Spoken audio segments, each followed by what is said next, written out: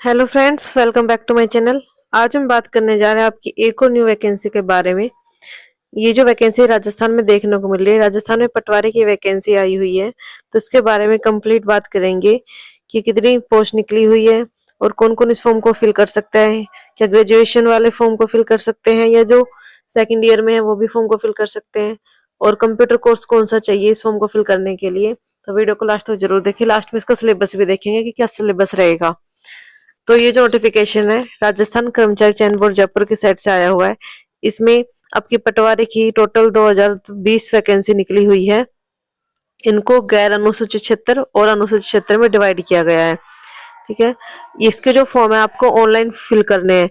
ये सिर्फ ऑनलाइन ही फिल होंगे, ऑफलाइन फिल नहीं करने ये फॉर्म। और इसके जो फॉर्म है वो स्टार्ट हो चुके हैं। 1 महीने का टाइम दिया जाएगा आपको फॉर्म फिलिंग के लिए। इसके जो एप्लीकेशन फॉर्म है वो आप इनकी ऑफिशियल वेबसाइट पे जाके फिल कर सकते हैं। उसमें आपको एसएसओ आईडी पे जाके डायरेक्ट भी फिल कर सकते हैं। वन टाइम रजिस्ट्रेशन अगर आपने कर रखा है तो आप आराम से इस फॉर्म को फिल कर सकते हैं। अगर आपका नहीं हो रखा तो आपको पहले वो एसएसओ आईडी बनानी पड़ेगी, उसके बाद ही फॉर्म को फिल कर सकते हैं। साथ में जिन्होंने भी सीईटी ग्रेजुएशन का एग्जाम दिया था और उनका क्लियर हो गया था वही इस फॉर्म को फिल कर सकते हैं। सीईटी का एक तो हुआ था 12th लेवल पर, एक हुआ था ग्रेजुएशन लेवल पे। तो जिनका भी ग्रेजुएशन वाला क्लियर है सिर्फ वही इस फॉर्म को फिल कर सकता है। जिनका भी 12th वाला क्लियर है और ग्रेजुएशन वाला क्लियर नहीं है तो वो इस फॉर्म को फिल नहीं कर सकता। साथ में उन्होंने कहा है कि आपकी जो फोटो है वो 1 महीने से ज्यादा पुरानी नहीं होनी चाहिए। जो फोटो आपने सीटी के टाइम पे यूज की थी वो अब नहीं करनी, दोबारा से फोटो आपको इसमें अपलोड करनी है। ठीक है। और इसमें आपको आधार कार्ड सबमिट करना है, वन टाइम रजिस्ट्रेशन करना है, उसके बाद आप इस फॉर्म को फिल करना है। और आपका जो जन आधार है उससे लिंक करना है इसको। साथ में आपको मूल प्रमाण पत्र होना चाहिए और डिजिटल जो मार्कशीट है डिजी लॉकर पे 10th क्लास की, उसको इससे जोड़ना है। ठीक है।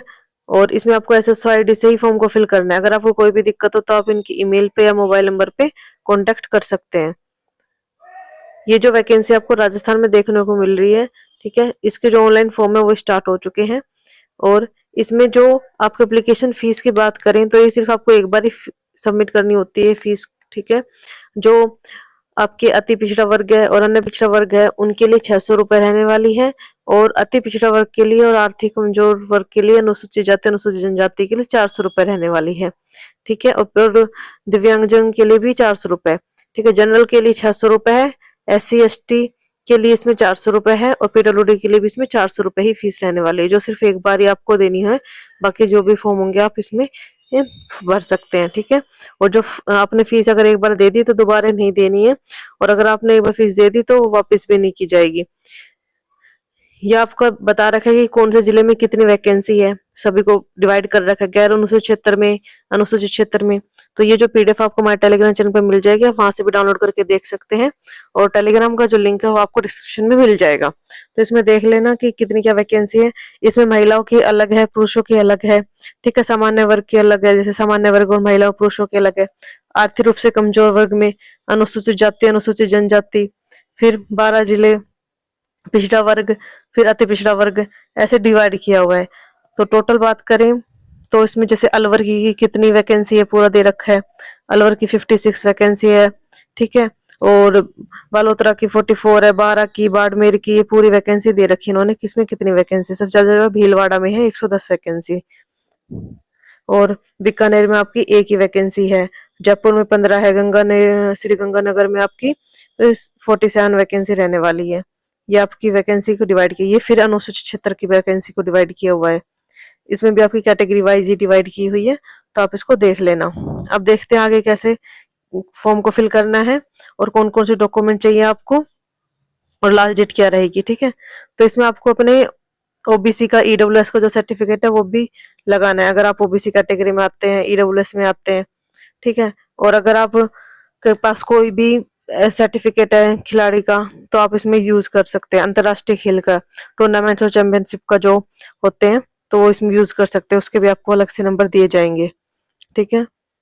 और साथ में अगर आपने RCIT कोर्स कर रखा है, एक कंप्यूटर कोर्स करना जरूरी है। अगर वो नहीं कर रखा तो आप इस फॉर्म को फिल नहीं कर सकते। ठीक है, इन्होंने पूरा बता रखा है कि अगर आपके पास कंप्यूटर का कोई भी कोर्स हो, चाहे बीटेक हो या डिप्लोमा कर रखा हो कोई कंप्यूटर से, या 12th में आपके पास एक कंप्यूटर का सब्जेक्ट होना चाहिए, या कंप्यूटर साइंस से कोई कर रखा हो कोर्स, तो आप इस फॉर्म को फिल कर सकते हैं। और अगर RSCIT कर रखा है तो भी आप इस फॉर्म को फिल कर सकते हैं। अगर आपके पास कंप्यूटर नहीं था 12th में, ना ही आपने कोई कोर्स कर रखा, ठीक है, अगर इंजीनियरिंग कर रखी है, कोई भी पॉलिटेक्निक कर रखा है कंप्यूटर से, तभी फॉर्म को फिल कर सकते हैं। इसमें ग्रेजुएशन के साथ साथ कंप्यूटर भी जरूरी है। ये पूरा इन्होंने दे रखा है कि कौन कौन से कोर्स, अगर इनमें से आपने कोई भी कोर्स कर रखा है तो आप ये कर सकते हैं। ठीक है, कंप्यूटर ऑपरेटर, प्रोग्राम असिस्टेंट का, डाटा प्रिपरेशन कंप्यूटर सॉफ्टवेयर का, ठीक है, कंप्यूटर साइंस का, कंप्यूटर एप्लीकेशन डिप्लोमा डिग्री, या इंजीनियरिंग कंप्यूटर साइंस से या पॉलिटेक्निक कर रखी है, ठीक है, RSCIT कोर्स कर रखा हो, तो भी आप इस फॉर्म को फिल कर सकते हैं। और इसकी जो एग्जाम है वो सिर्फ एक ही एग्जाम होगा, जो OMR बेस होगा आपका एग्जाम, ठीक है, ऑफलाइन एग्जाम होगा, इसका ऑनलाइन एग्जाम नहीं होगा। उसमें आपको 5 ऑप्शन दिए जाएंगे, उन 5 में से आपको एक चूज करना है। अगर एक भी चूज नहीं किया और काफी क्वेश्चन आपने ऐसे ही छोड़ दी, इसमें एक भी ऑप्शन को चूज नहीं किया, तो आपका रिजेक्ट कर दिया जाएगा वो। ठीक है, इसमें इन्होंने पूरा लिख रखा है। और इसमें जो एज की बात करें तो एज जो 18 से 40 तक है, 18 से 40 तक आप इस फॉर्म को फिल कर सकते हो। और साथ में प्लस में 3 साल की छूट दी गई है सभी के लिए, सभी कैटेगरी के लिए। तो जनरल में भी 43 तक इस फॉर्म को फिल कर सकते हैं। ठीक है, पटवारी भर्ती परीक्षा का आयोजन 3 वर्ष में नहीं होने के कारण समस्त आवेदकों को अधिकतम आयु सीमा में 3 वर्ष की छूट दी जाएगी। ठीक है, तो 18 से लेके आप 43 ईयर्स तक आप इस फॉर्म को फिल कर सकते हैं। जो एज है जो आपकी काउंट होगी 1 जनवरी 2026 तक काउंट की जाएगी। और सामान्य वर्ग की महिला अभ्यर्थियों के मामले में 5 वर्ष की छूट दी जाएगी। ठीक है, सभी को छूट बता रहे हैं, अनुसूचित जाति को 5 वर्ष की छूट दी जाएगी। ये जो छूट है आपको अलग से दी जाएगी। ठीक है, अब इसमें देख लेते हैं कि पंजीकरण कैसे करना है। तो इसमें आपको OTR 1 टाइम रजिस्ट्रेशन करना है SSID से। उसके बाद फॉर्म को फिल करना है। जो फॉर्म है वो आपके स्टार्ट हो सके 22 फरवरी से, 22 फरवरी से लेके 23 मार्च तक आप इस फॉर्म को फिल कर सकते हैं। 23 मार्च को रात 12 बजे तक ये फॉर्म को फिल कर सकते हैं, उसके बाद फॉर्म को फिल नहीं कर सकते। और जो पेपर आपका OMR बेस होगा, ऑफलाइन एग्जाम होगा। परीक्षा की डेट भी बता दी इन्होंने, एग्जाम डेट जो आपकी 11 मई रहने वाली है। 11 मई को आपका एग्जाम हो जाएगा। ठीक है, और इन्होंने इसमें सिलेबस भी पूरा बता दिया है कि आपका क्या क्या सिलेबस आएगा, तो उसको भी अभी हम डिस्कस कर लेते हैं कि क्या क्या सिलेबस आएगा। ये पूरा बता रहा है कि आवेदन कैसे करना है, बता दी इनकी वेबसाइट पे जाके SSID, अगर आपने CET दिया तभी आप इस फॉर्म को फिल कर सकते हैं, और CET दिया है तो आपने SSID बनाई रखी होगी, तो उसमें जाके आपको फॉर्म को फिल करना है। ठीक है, आपको CET का एग्जाम जो रिजल्ट आया था उसको भी अपलोड करना है।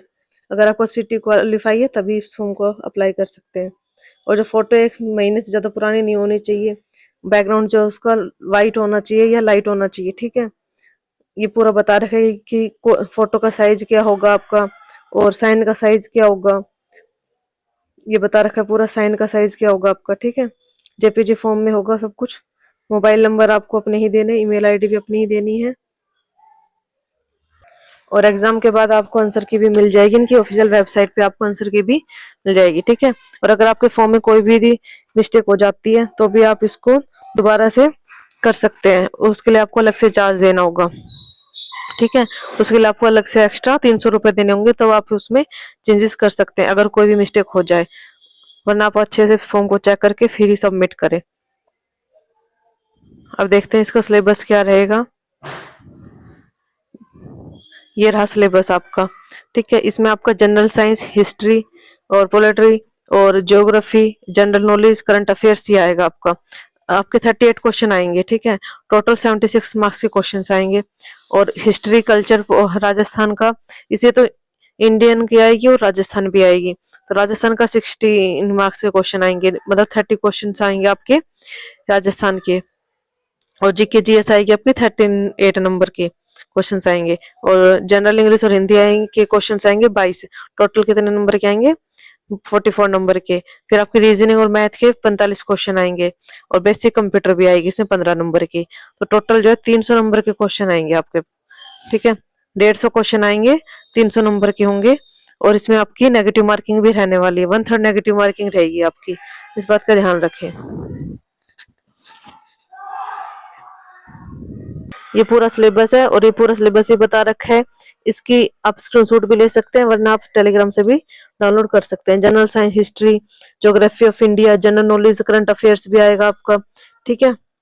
और फिर इसमें हिस्ट्री, कल्चर राजस्थान का, ठीक है, त्योहार वगैरह, संस्कृति, धार्मिक आंदोलन, आपके लोक देवता वगैरह सब कुछ आएगा राजस्थान का। फिर ये जनरल इंग्लिश और हिंदी आएंगे आपके। ये जो आपका जैसे सीईटी में आया था सेम वैसे ही रहेगा पेपर, ठीक है। मेंटल एबिलिटी और रीजनिंग, बेसिक न्यूमेरिकल एफिकेसी, ठीक है। सीरीज के क्वेश्चन आएंगे, एनालॉग, अल्फाबेट टेस्ट और blood relation, coding, decoding, direction, sitting arrangement, input output, number linking and time square, making judgement, area and volume, mathematical operation, average, ratio, percentage, simple and compound interest और profit loss, ये सब आएगा आपका math का।